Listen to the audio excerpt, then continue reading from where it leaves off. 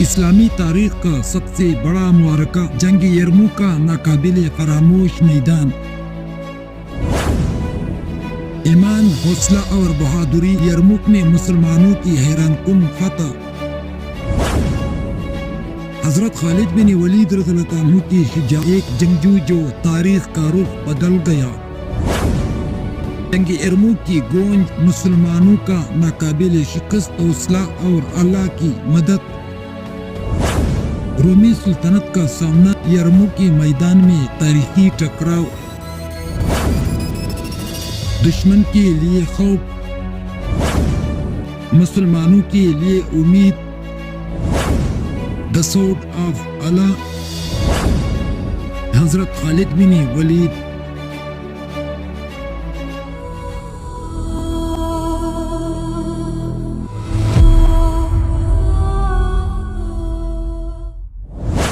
ملک کے شام ایرانیوں کی جانب سے کسی قدر اطمینان ہو چکا تھا اور امید نہ تھی کہ اب وہ جلد مدینہ منورہ پر فوج کشی کی خواب دیکھیں گی. حضرت خالد بن ولید رضی اللہ عنہ کے ساتھ بہت تھوڑے سے آدمی تھے، لیکن وہ راستے سے صدیقی ہدایت کے موافق جس قدر مسلمان ہو گئے اپنے ساتھ لیتی گئی. حضرت خالد بن ولید رضی اللہ عنہ کو حکم دیا گیا کہ میدان جنگ میں جم کر مقابلہ کرنے سے پرہیز کرنا. ایسا حکم دینے کی وجہ تھی کہ صدیق اکبر رضی اللہ عنہ سب سے پہلے عرب کو قابو میں لانا چاہتے تھے، اور جب تک فتنہ ارتداد مکمل طور پر ختم نہ ہو جائے تک ہرقل کسرا کی فوجوں سے لڑائی چڑھنا مناسب نہ سمجھتی تھی. جس طرح دوسرے سرداران لشکر کے ساتھ دربار خلافت سے خط و کتابت جاری تھا، اسی طرح خالد بن ولید رضی اللہ عنہ کی نقل و حرکت سے بھی صدیق اکبر رضی اللہ عنہ باخبر تھے، اور برابر خالد بن ولید رضی اللہ عنہ کے پاس مدینہ منورہ سے احکام پہنچتے تھے. ہرقل کسرا نے اسلامی لشکر کی حدود شام میں موجود ہونے کی خبر سن کر اول سرحدی قبائل اور سرحدی رؤسا کو مقابلے کے لیے ابھارنا شروع کیا. لیکن جب یہ چھوٹے چھوٹے رئیس اور لشکر مسلمانوں کے ہاتھوں شکست کھاتے تھے تو کیسر روم ہرقل نے حامان نامی رومی کو لشکر عظیم کے ساتھ آگے بڑھایا. جب عیسائی اور اسلامی فوجوں کا مقابلہ ہوا تو حامان کے لشکر کو شکست ہوئی. اس شکست کا حال سن کر ہرقل کسرا سلطنت قسطنطنیہ سے روانہ ہو کر ملک شام میں آیا اور تمام فوجوں کو جمع کر کے لڑائی کا اطمینان اس نے براہ راست اپنے ہاتھ میں لے لیا. حضرت خالد بن ولید رضی اللہ عنہ کے خط سے یہ تمام کیفیت صدیق اکبر رضی اللہ عنہ کو معلوم ہوئی.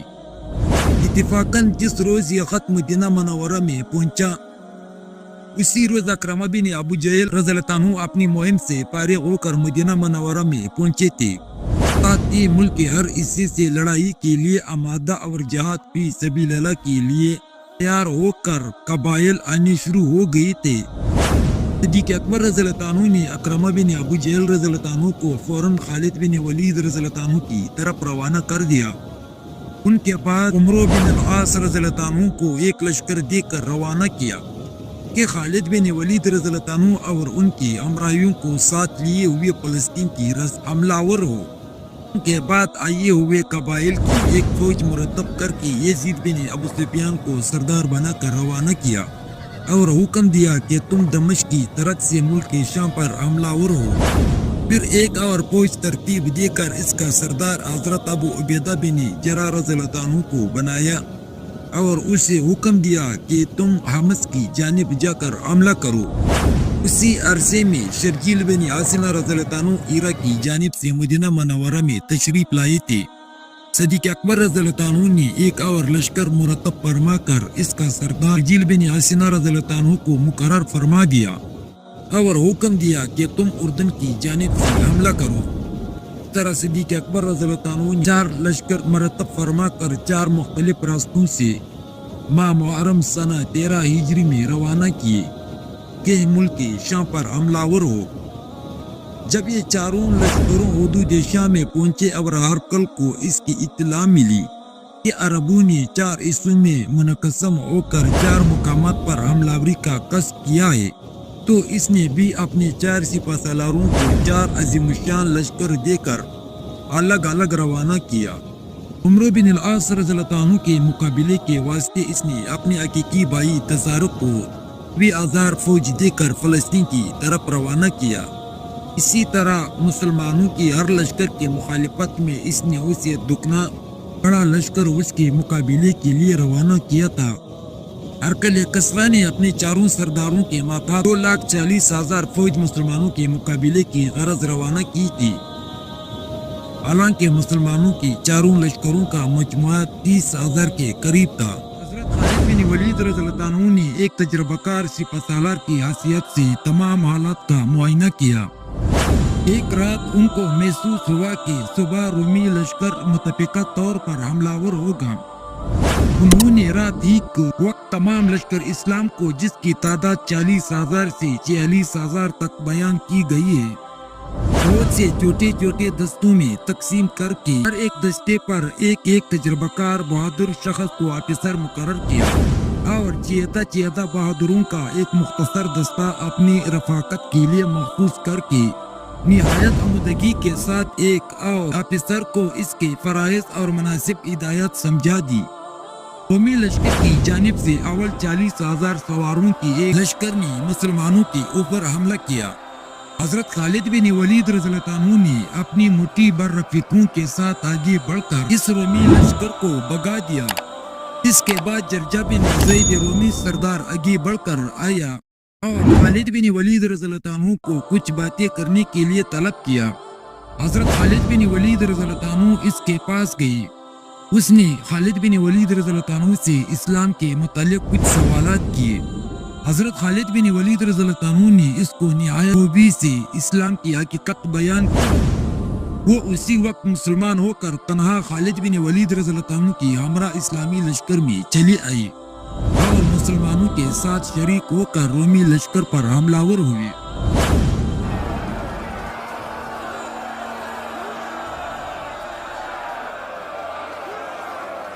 اسی لڑائی میں جرجہ بن زید نہایت بہادری کے ساتھ شہید ہو گیا۔ دونوں طرف سے سخت حملے شروع ہوئے۔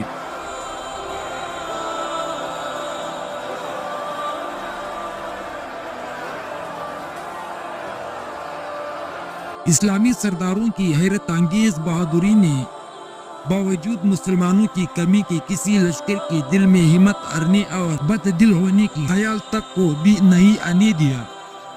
جوش و خروش کا یہ علم تھا کہ عورتوں نے بھی جو اسلامی لشکر کے ساتھ تھی لڑنے اور کفار کے قتل کرنے میں حصہ لیا تھا۔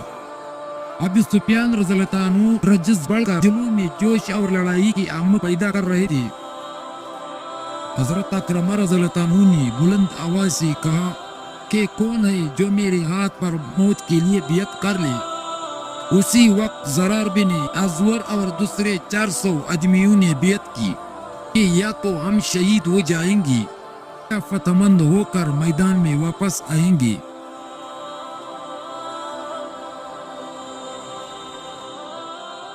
اس کے بعد یہ جماعت رومی لشکر میں نعرہ تکبیر اللہ اکبر کہہ کر بھوکے شیروں کی طرح گھس گئی۔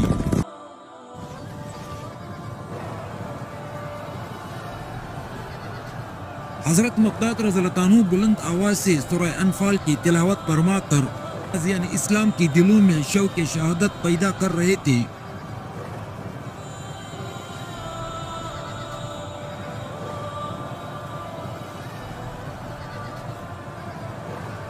حضرت خالد بن ولید رضی اللہ عنہ، ابو عبیدہ بن جرح رضی اللہ عنہ، شرجیل بن حسینہ رضی اللہ عنہ، زید بن ابو سفیان وغیرہ بہادروں نے وہ کارنامے چشم پلک نے آج تک نہ دیکھے تھے۔ صبح سے شام تک شمشیر و خنجر اور تیرستان کا استعمال بڑی تیزی اور سرگرمی سے جاری رہا۔ اور عصر کی نماز غازیان اسلام نے محض اشاروں سے میدان جنگ میں لڑتے ہوئے پڑھی۔ دن ختم ہو گیا مگر لڑائی ختم نہ ہوئی۔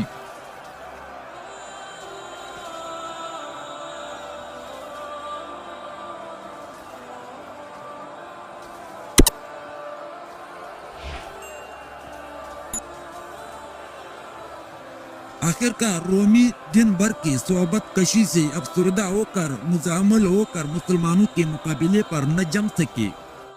وہ پیچھے ہٹے اور ہٹتے ہٹتے دامنیکوں میں پہنچ گئی، لیکن مسلمان ان کے ساتھ ساتھ بڑھتے بڑھتے اور دکلتے ہوئے گئے.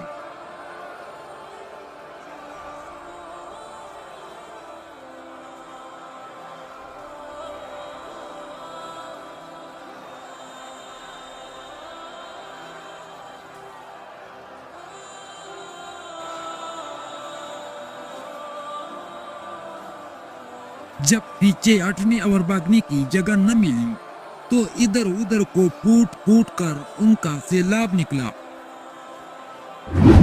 مسلمانوں نے ان کا پیچھا نہ چھوڑا. بہت سے پانی میں ڈوب کر، بہت سے خندق میں گر کر ہلاک ہو گئے. 1,30,000 رومی لشکر مسلمانوں کی تلواروں سے جہنم واصل ہو گئی. باقی اپنی جان بچا کر بھاگ نکلے. ان مفررین میں سوار زیادہ تھے، پیدل قریباً سب مارے گئے. لڑائی تمام دن اور تمام رات جاری رہ کر اگلے دن صبح کے وقت مسلمانوں کی فتح کی شکل میں ختم ہوئی اور رومی سپاہیوں سے میدان بالکل خالی نظر آیا. رومیوں کا سپہ سالار اعظم تزار برادر ہرقل بھی مارا گیا اور بھی کئی سردار مارے گئے. مسلمانوں کی 3,000 بہادر شہید ہوئے. ان 3,000 میں جرجہ بن زید، نو مسلم، اکرمہ بن ابو جہل، عمرو بن اکرمہ، سلمہ بن ہشام، عمرو بن سعید، عیان بن سعید، ہشام بن العاصی، عمرو وغیرہ رضی اللہ عنہ شہداء خاص طور پر قابل تذکرہ ہے. جنگ یرموک ربیع الاول یا ربیع الثانی سنہ 13 ہجری میں بیان کی جاتی ہے.